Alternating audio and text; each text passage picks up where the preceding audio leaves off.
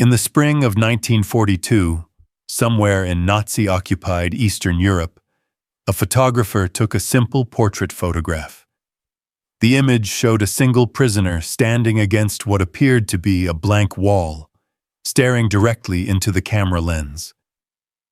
His expression was neutral, almost blank. His posture was rigid and formal. The photograph was stark in its simplicity. Just a man, a wall, and an unflinching gaze meeting the camera. For over 80 years, this photograph existed in archives with minimal documentation. It was catalogued simply as Prisoner, Location Unknown, circa 1942. The image occasionally appeared in Holocaust documentation collections, usually as a generic representation of an unnamed victim. Historians assumed it was a registration photograph, perhaps taken when the man arrived at a camp or detention center. The neutrality of his expression, the formality of the composition, the institutional quality of the image, all suggested routine documentation. But in January 2025, when digital restoration specialists processed this photograph through advanced AI enhancement software, the restoration revealed details that had been completely invisible in the damaged original. The blank wall behind the prisoner wasn't blank at all, and what became visible in the restored background transformed this seemingly simple portrait into one of the most disturbing photographs to emerge from the Holocaust. The man wasn't posing for a registration photo. He was standing in front of something so horrific that when historians saw the restored image, several immediately left the room. This is the story of what the restoration revealed, and the unspeakable truth hidden in plain sight for over 8 decades. The photograph was discovered in 1945 among documents seized from a former Nazi administrative building in Poland by Soviet forces. It was one of thousands of photographs found in filing cabinets, many showing victims, perpetrators, and crime scenes from the Holocaust. The photographs were catalogued by Soviet military archivists and eventually transferred to the state archives of the Russian Federation. The image in question showed a man, appearing to be in his 30s or 40s, wearing what looked like civilian clothing, a dark jacket or coat over a light-colored shirt. He was standing facing the camera directly, his body centered in the frame. His arms hung at his sides. His face showed no obvious emotion, no smile, no fear, no anger, just a neutral, almost resigned expression. His eyes looked directly at the camera lens, creating the uncomfortable direct eye contact that makes viewers feel personally addressed by the photograph. Behind him appeared to be a light-colored wall or surface. The background was almost completely washed out in the heavily damaged photograph, just a pale, indistinct area behind the dark figure of the man. The photograph's poor quality made it impossible to discern any details of the background beyond the general impression of a light-colored surface. The photograph was printed on standard photographic paper, approximately 5 by 7 inches, and was in extremely poor condition. Heavy water damage had faded much of the image, particularly the background. The edges were torn and crumbling. Deep creases suggested the photograph had been folded or crumpled at some point. Surface scratches and what appeared to be chemical staining further obscured details. On the back of the photograph, someone had written in pencil in German, "Documentation, 1942. Documentation, 1942. No name, no location, no other identifying information." Soviet archivists catalogued the photograph with minimal notation. Unidentified prisoner, approximately 1942, location unknown, poor condition, background details obscured by damage. The photograph was filed and largely forgotten among the hundreds of thousands of Holocaust documentation photographs in the archives. Over the decades, the photograph occasionally appeared in Holocaust education materials and historical publications, usually as a generic representative image. Captions typically read something like, "Unidentified Holocaust Victim, 1942, or Prisoner in Nazi Custody, circa 1942. The photograph was used to represent the anonymity of victims, the millions of individuals reduced to nameless faces in archival photographs. Historians who encountered the photograph generally interpreted it as a registration or identification photo. The formal, frontal composition and neutral expression were consistent with identification photographs taken of prisoners upon arrival at camps or ghettos. The institutional quality of the image, the plain background, the centered subject, the direct gaze, all suggested bureaucratic documentation. Some historians noted that the man's clothing appeared relatively intact, suggesting the photograph might have been taken early in his imprisonment, before the severe deprivation that characterized longer-term captivity. His expression was often described as showing resignation or quiet dignity in the face of persecution. No one questioned what the background showed, because in the damaged photograph, the background appeared to show nothing at all, just a faded, blank wall. In January 2025, the State Archives of the Russian Federation partnered with an international digital preservation project to restore and digitize Holocaust documentation photographs. Dr. Mikhail Petrov, a digital archivist specializing in photographic restoration, selected this photograph among hundreds to be processed through advanced AI restoration software. Dr. Petrov chose it specifically because of its severe damage. "I wanted to test whether the software could recover any details from the heavily degraded background," he later explained. "I thought we might be able to identify the location based on wall texture or architectural features. I never imagined what we would actually find." What the AI revealed would haunt everyone who saw it. Dr. Petrov loaded the photograph into the restoration software in early January 2025. The AI algorithm analyzed the damaged image, identified areas of degradation, and began reconstructing missing or obscured details based on patterns in the surviving portions of the photograph and its training on thousands of similar historical images. The process took several hours. When the restoration completed, Dr. Petrov opened the enhanced image on his computer screen. The difference was immediately dramatic. The man in the foreground now appeared with much greater clarity and detail. His facial features were sharper. The texture of his clothing was visible. Even individual strands of hair were discernible. But Dr. Petrov's attention was immediately drawn to the background. The area that had appeared as a blank, washed-out wall in the original now showed clear, horrifying detail. The wall wasn't a wall at all. It was a massive pile of human bodies. Dr. Petrov felt his stomach lurch. He stared at the screen, hoping he was misinterpreting what he was seeing. But there was no ambiguity. The restored background showed dozens, perhaps hundreds, of naked corpses stacked in a tangled mass directly behind the standing prisoner. The bodies were piled haphazardly, limbs intertwined, heads at odd angles. Some bodies were near the bottom of the pile, others higher up, creating a grotesque backdrop that filled the entire frame behind the man. The prisoner wasn't standing against a wall.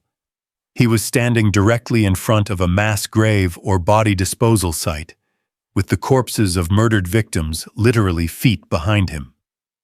Dr. Petrov immediately called his supervisor, Dr. Elena Sokolova, director of the Archives Holocaust Documentation Division. His voice was shaking. "You need to see this immediately. The restoration revealed something. I don't have words. You have to see it." Dr. Sokolova came to the workstation. When she saw the restored image, she was silent for a long moment, her face going pale. "My God," she whispered, "this isn't a registration photograph. This is an execution site. Those bodies, there are so many of them." They examined the restored image more carefully, though both found it almost unbearable to look at. The clarity of the restoration meant that individual bodies were visible in disturbing detail. Men, women, possibly children. The victims' bodies showed signs of violence. The massive corpses extended across the entire background of the photograph, suggesting the killing site was extensive. And there, standing in front of this nightmare scene, was the prisoner, calm, neutral, looking directly at the camera with that same resigned expression. Dr. Sokolova's mind raced through the implications. Why would someone photograph a prisoner in front of a mass grave? What is this documenting? Dr. Petrov enhanced the resolution further, examining every detail of the restored photograph. He noticed something else, something that made the image even more disturbing. The prisoner's hands, hanging at his sides, appeared to be dirty or stained. When Dr. Petrov increased magnification on the hands, the staining became clearer. The man's hands were covered in dirt and what appeared to be blood. "He wasn't just photographed at this site," Dr. Petrov said, his voice hollow. "He was working there.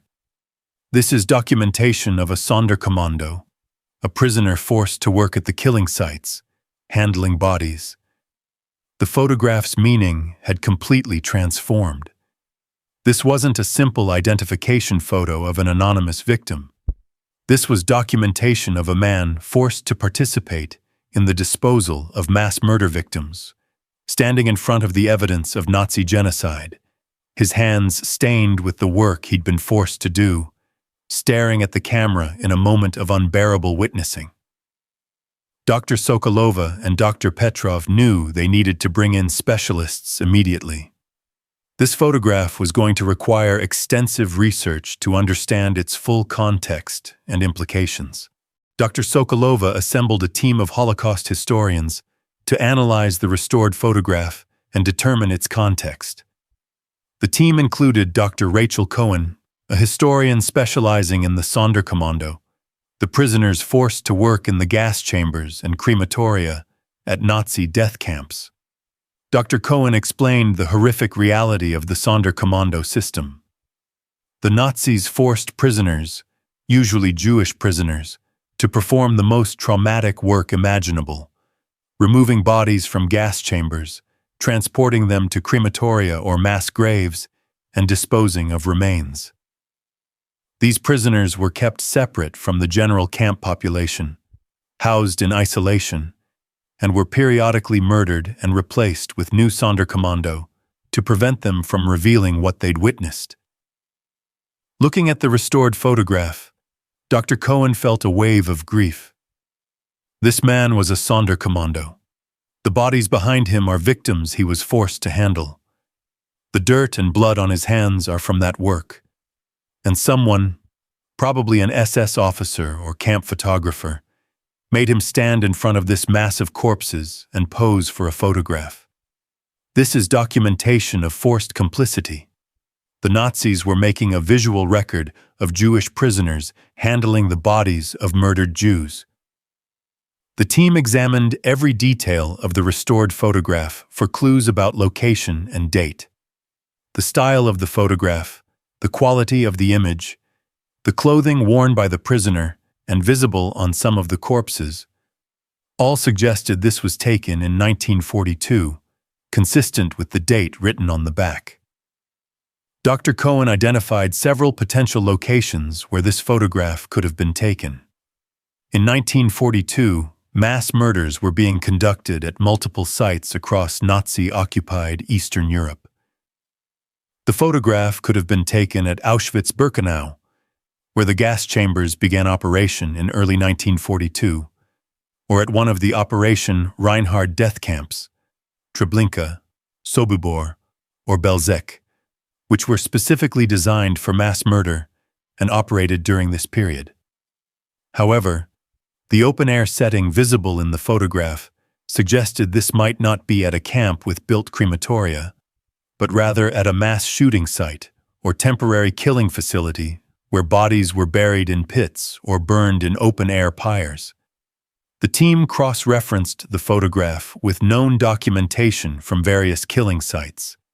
They examined SS photographs, survivor testimonies, and archaeological evidence from excavated mass graves.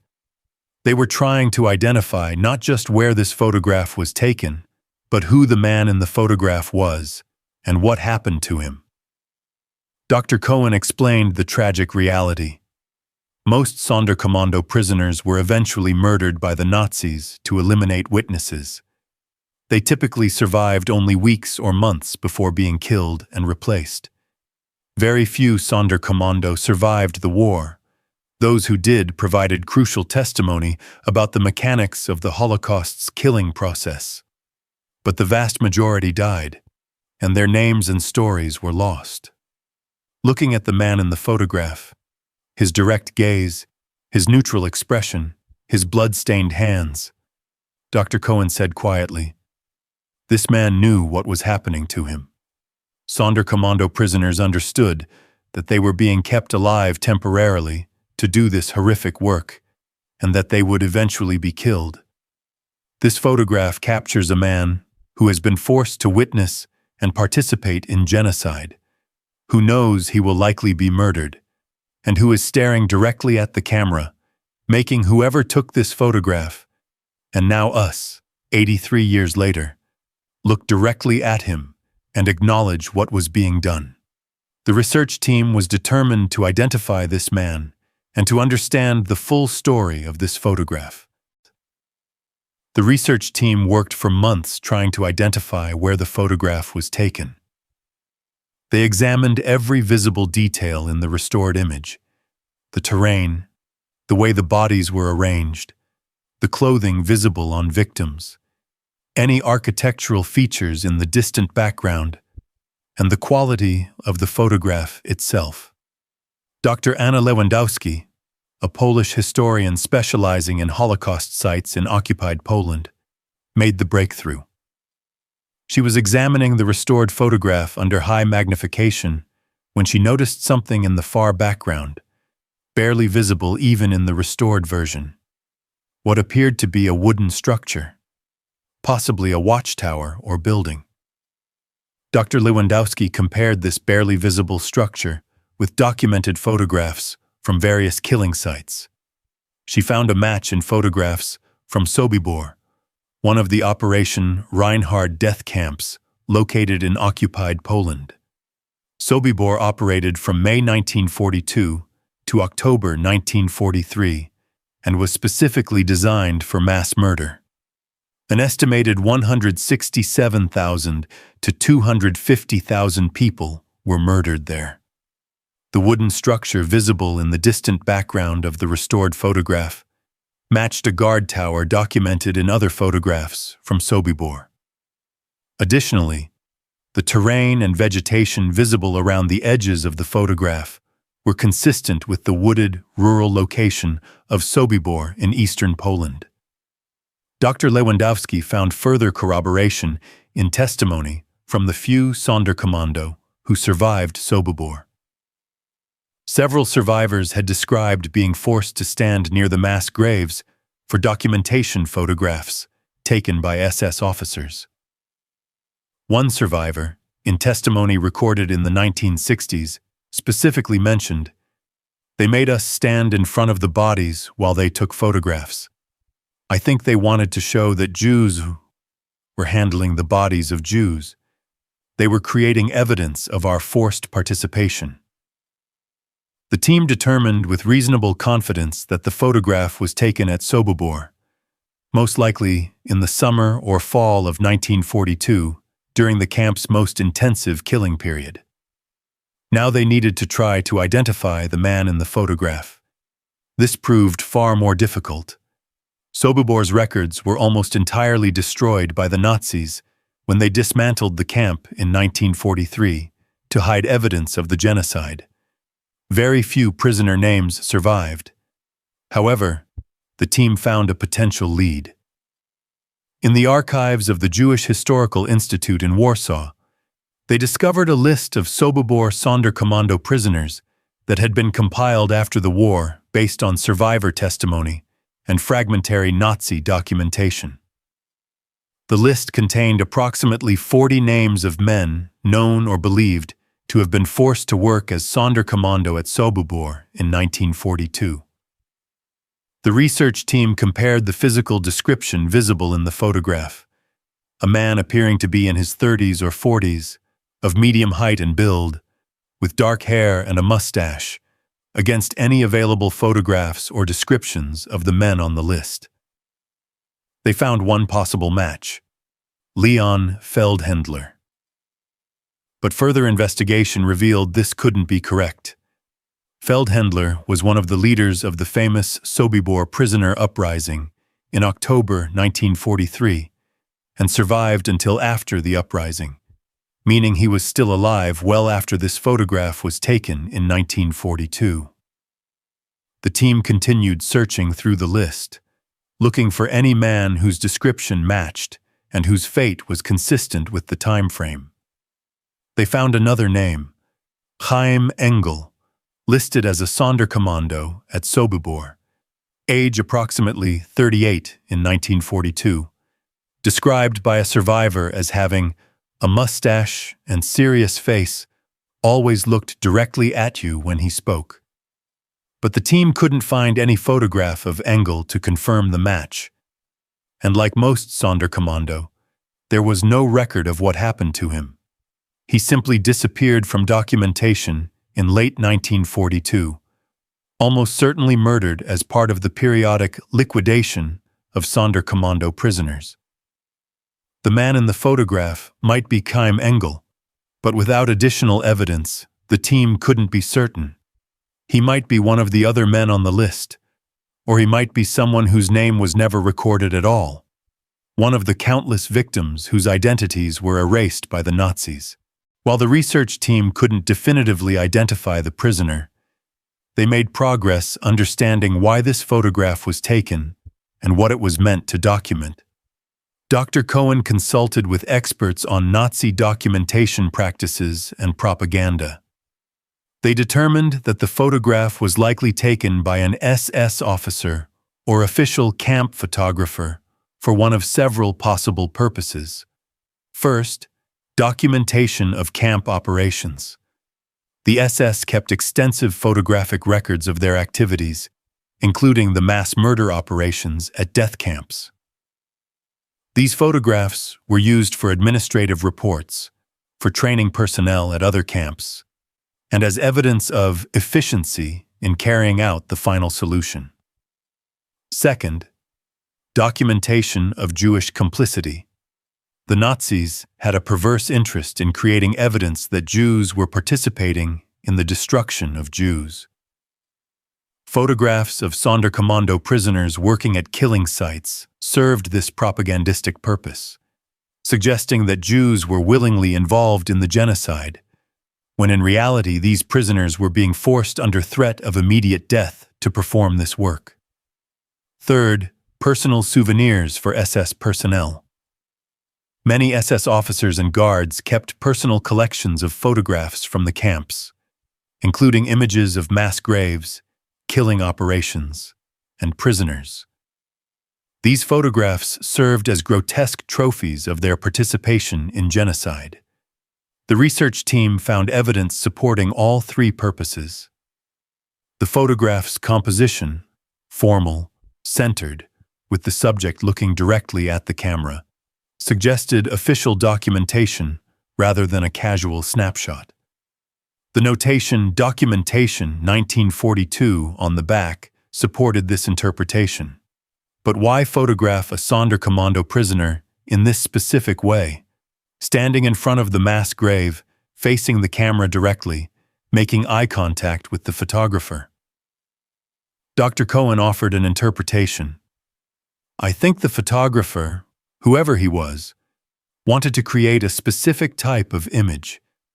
He wanted to show a Jewish prisoner standing calmly, almost placidly, in front of a massive pile of Jewish corpses.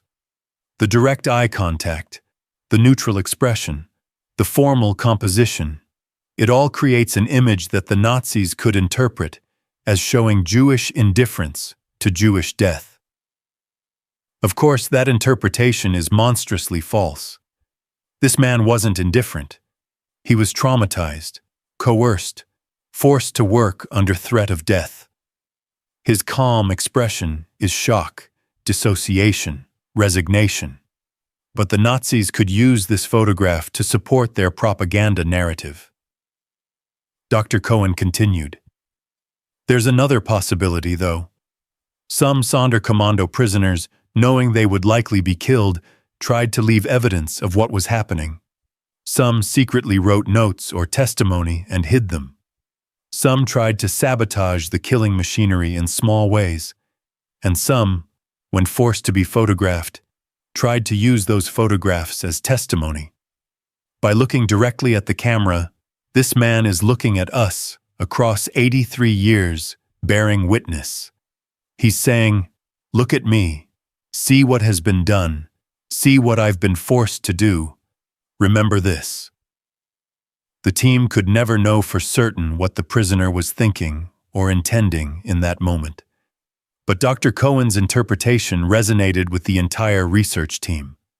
Whether the photographer intended it or not, the photograph had become exactly what Dr. Cohen described: a bearing of witness, a testimony preserved through time. The man's direct gaze, once the photograph's background was understood, became unbearable to meet. He was standing in front of a mountain of murdered human beings, his hands stained with work he'd been forced to do, and he was looking directly at whoever would see this photograph, demanding to be seen, to be remembered, to be acknowledged. Dr. Petrov, Dr. Sokolova, and the research team published their findings in April 2025 in the journal Holocaust and Genocide Studies. The article, titled Uncovering the Hidden Horror, Digital Restoration Reveals Sonderkommando Documentation at Sobibor Death Camp, detailed the restoration process and the photograph's analysis. The article included both versions of the photograph, the damaged original showing an apparently blank background, and the restored version revealing the mass of corpses. The visual comparison was shocking.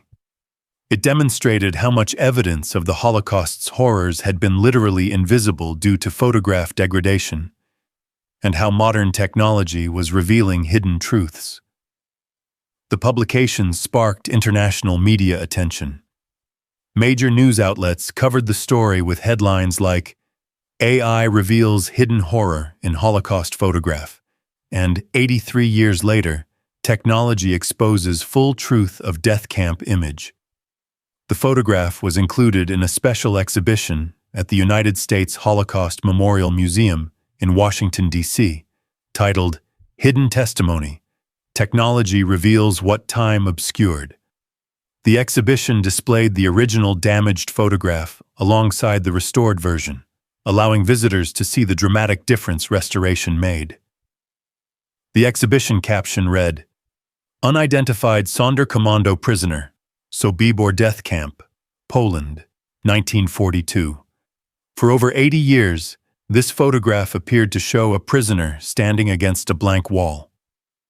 Digital restoration in 2025 revealed the horrifying truth. The wall was actually a mass grave containing hundreds of murdered victims. The prisoner, forced to work disposing of bodies at the death camp, was photographed standing directly in front of the evidence of Nazi genocide. His blood-stained hands show the work he was forced to perform.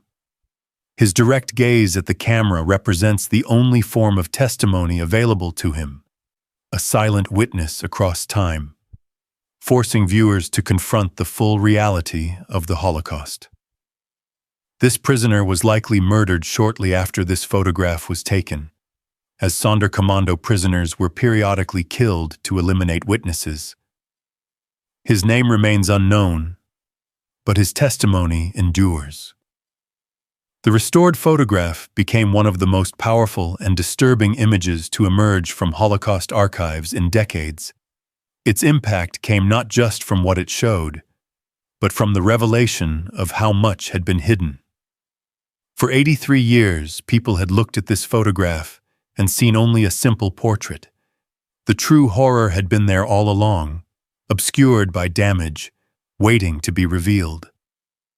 Dr. Cohen reflected on the photograph's significance. This image challenges our understanding of what we think we know about historical photographs.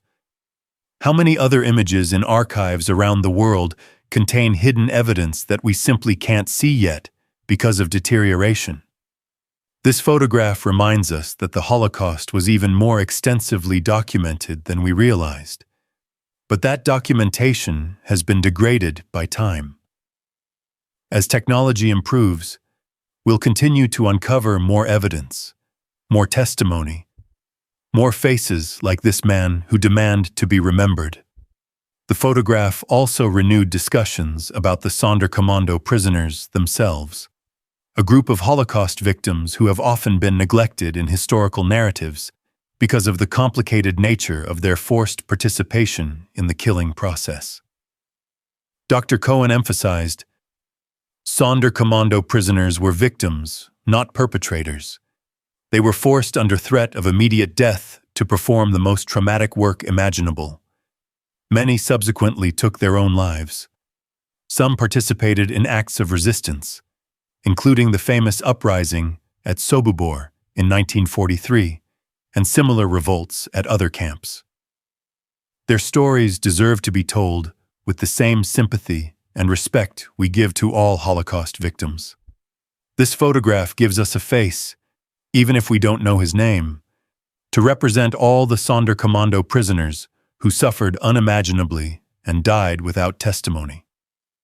The state archives of the Russian Federation announced that they would continue the digital restoration project, processing thousands more damaged Holocaust photographs, with the hope of recovering additional hidden evidence and testimony. Dr. Petrov, who had conducted the restoration, said, "Every time I look at this photograph now, I see that man's eyes looking directly at me. It's almost impossible to hold his gaze, knowing what's behind him, knowing what he was forced to do, knowing that he was almost certainly murdered shortly after this was taken. But I think that discomfort, that inability to look away, is exactly what we should feel. He's demanding that we see, that we remember, that we don't forget." Digital restoration gave him his voice back across 83 years. The least we can do is listen. This is the story of the man in the photograph, name unknown, standing in front of a mountain of murdered human beings, hands stained with blood, looking directly at the camera, with a gaze that has now pierced through 8 decades of obscurity to demand that we witness, remember, and never forget what was done. His testimony, hidden for 83 years behind degradation and damage, has finally been heard.